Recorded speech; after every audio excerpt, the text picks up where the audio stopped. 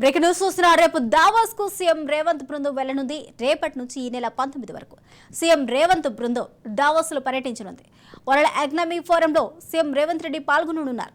భారీ పెట్టుబడులే లక్ష్యంగా దావోస్ పర్యటన చేస్తున్నట్లు ప్రభుత్వ వర్గాలు తెలిపాయి. 3 రోజుల పాటు రేవంత్ బృందం దావోస్ లో పర్యటించనుంది. పారిశ్రామికవేత్తలు, అంతర్జాతీయ కంపెనీలతో బృందాలు భేటీ కానున్నాయి.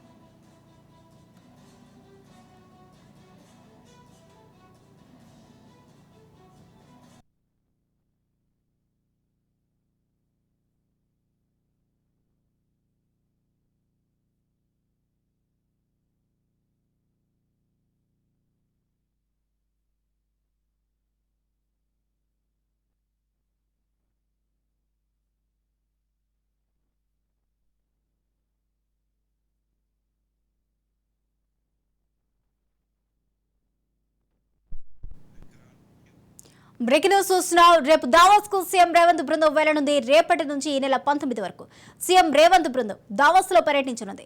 వరల్డ్ ఎకనామిక్ ఫోరంలో సీఎం రేవంత్ రెడ్డి పాల్గొననున్నారు. ఇదే అంశానికి సంబంధించిన పూర్తి అప్డేట్స్ మా ప్రతినిధి విక్రాంత్ అందిస్తారు. విక్రాంత్.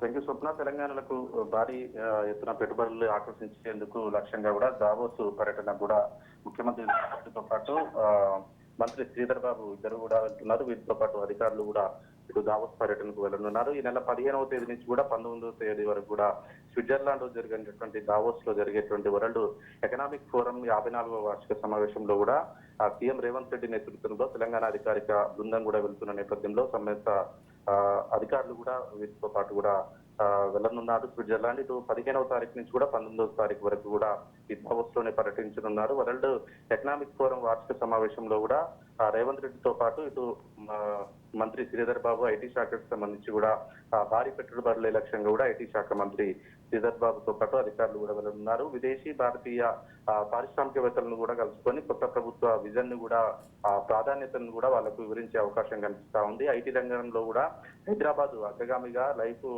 సైన్సెస్ రంగానికి కూడా హబ్ గా ఉన్న నేపథ్యంలో కూడా తెలంగాణలో బలాలను కూడా ప్రపంచానికి చాటి చెప్పే విధంగా కూడా పెట్టుబడులను ఆకర్షించేందుకు ఇది ఒక చక్కటి వేదిక అనేసి కూడా ముఖ్యమంత్రి పేర్కొన్నాడు. దాదాపు 3 రోజులు కూడా దావోస్ పర్యటనలో ముఖ్యమంత్రితో పాటు ఐటీ శాఖ మంత్రి అదేవిధంగా అధికారులు కూడా పాల్గొన్నారు. దాదాపు 70 మందికి పైగా కూడా పారిశ్రామిక దిగ్గజాలను కూడా కలవబోతున్నట్లు తెలుస్తా ఉంది.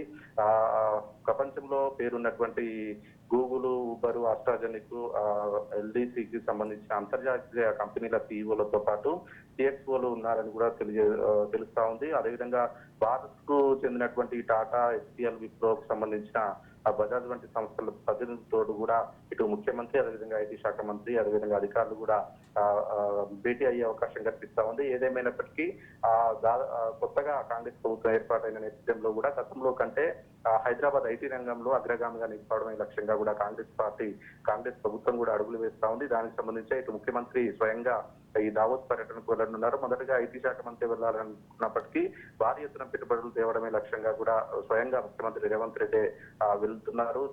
దాదాపు 15వ తారీఖు నుంచి కూడా 19వ తారీఖు వరకు కూడా దావోస్ లోనే ఇటు ముఖ్యమంత్రి, ఐటీ శాఖ మంత్రితో పాటు తెలంగాణకు సంబంధించిన ప్రధాన అధికారులు కూడా దావోస్ లో పర్యటించే అవకాశం కనిపిస్తా ఉంది. Thank you Vikrant.